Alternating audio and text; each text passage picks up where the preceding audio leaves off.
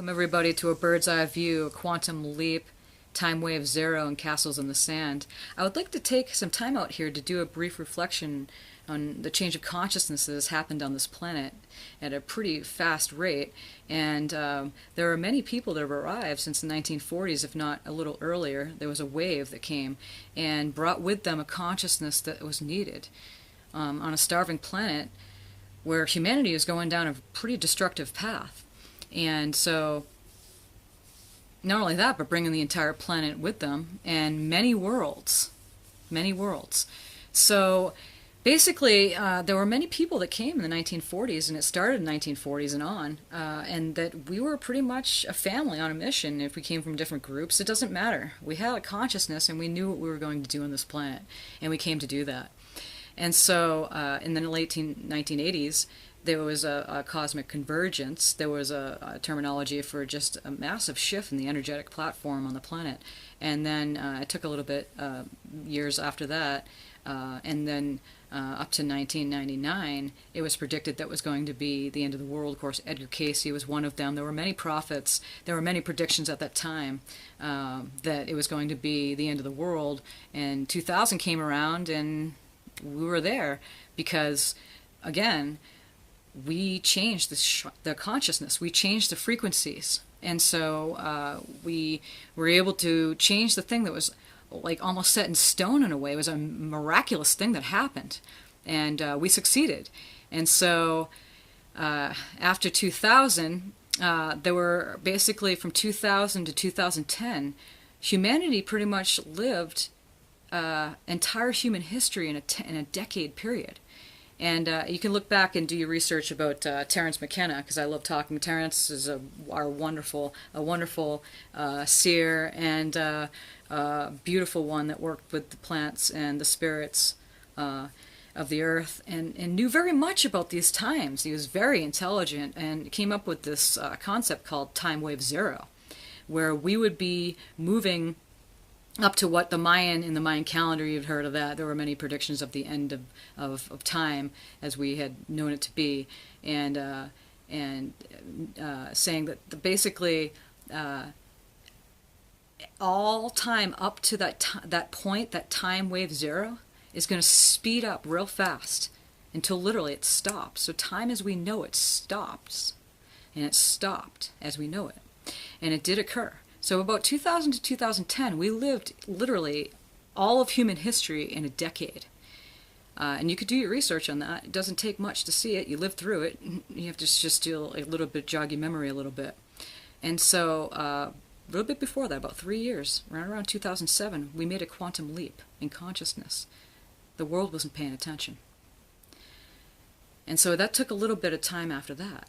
2012 came around, and there was a reset. There was a reset, literally, the time wave zero point. The sun reset. We all reset. All creation reset. Billions of years of cycles ended and began again. So it wasn't just one or two cycles, local, galactic. This is cosmic. This is all of creation, really. So a massive reset. And so in 2012, literally, it was like a reboot of the computer. You just put a new hard drive in there and everything would just go again. So it took there was a lag time. In around 2013, it was literally year zero.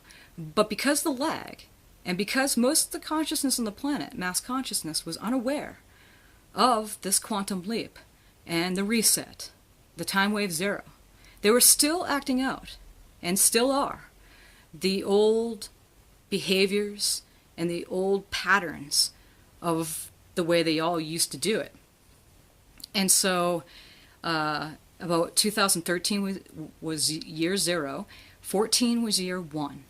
And so all of us in 14, we were starting to understand that time was different at that point. You could feel it. You were alive on the planet. You could feel this. And so it felt different. You knew, like, even planning for your day was different. Events would change. You tried to do that, but it changed. Going about your regular, normal daily routines feel different. And so year 1, and then we're just moving along. 14, 15 came, year 2, 16, year 3, 17, year 4. And again, if you know numerology, I don't like to play around with too much of that, but it is very much synchronicity here. 4 being the square, being structure. There was a waves of light that came in. Again, a totally new structure here, totally new happenings with the masters and lords of light and all of us playing with this higher consciousness, helping, working alongside. And so there was waves of light that just moved through 17. All of that was worked out from year 1, after the reset, was cleared. That was the residual clearing. It was all cleared out. So the end of 17 was a massive clearing.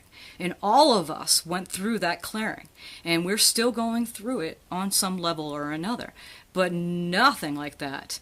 So I just want to say, so now we had finished basically the end of the reset, and now we're starting to understand whatever that was at the reset, there's no more acting out the same old ways.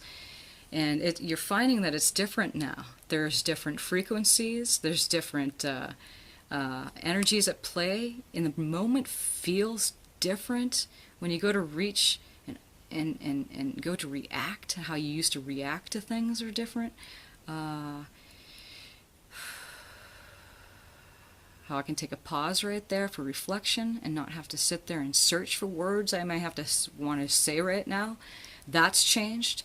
I'm going through it too, you know. I just happen to be able to express the best that I possibly can, and hoping that you are able to receive this and understand, have a little bit more of an understanding of what's going on here. And so this is what I say when we've gone quantum. We moved out of time and space, as in time and space and what we knew it to be. It's structure, you know. If you want to talk about dimensions, well, I'll have another a video where I talk about dimensions. Dimensions of structure. You could say it's a box of some sort. But it has certain elements to it where you can move around, how you play. And so the third dimension has been very limited, and that's pretty much where the human beings have played for a very long time. So that's changed. The fourth dimension being thoughts, the emotional body of the planet. Fifth dimension is where we play in to manifest the physical. And so, as Jeshua so lovingly said to us, hold out your hand and the apple will appear. And so we're living in that now. And so that's what that means about the quantum leap. Your thoughts create physical manifestations and create your reality. When then knowing that, you can just take off. You play with your thoughts. What would you like? What would you like to experience now? Because you can, and it's available for you to do that. So that all being said, and hopefully again this is a little clear for you as doing a little bit of a reflection of going back just a little bit of time and space here, just a couple of decades, you can start seeing where it's going now. And so we're living in times of castles in the sand.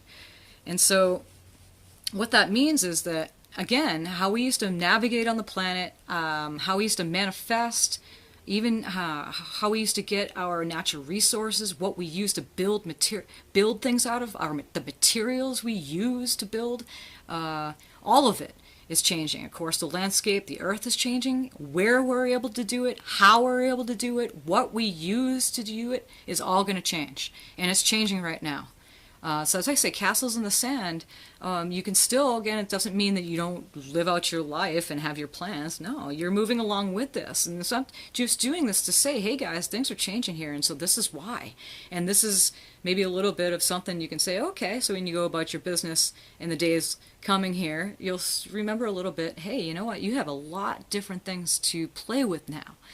And I would like to use that the metaphor of how we stored our goods.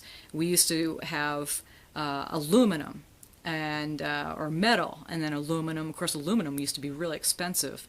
It was steel, and then it was aluminum, and then we went to plastics. And if you look as the decades went on, as we changed the packaging of how we package materials, it coincided with the change of consciousness. right? So if you look at steel, it doesn't really break down too much. It takes a long time for things like aluminum and plastic to break down. But then when you get closer to the decades recently, we started making materials that were compostable, things that would just go into the earth. And so it changes again with the concept of the change of consciousness. Castles in the sand. Nothing's really solid. And once you understand that, the human race gets up to par with this. The masses get up to par with this. We zoom.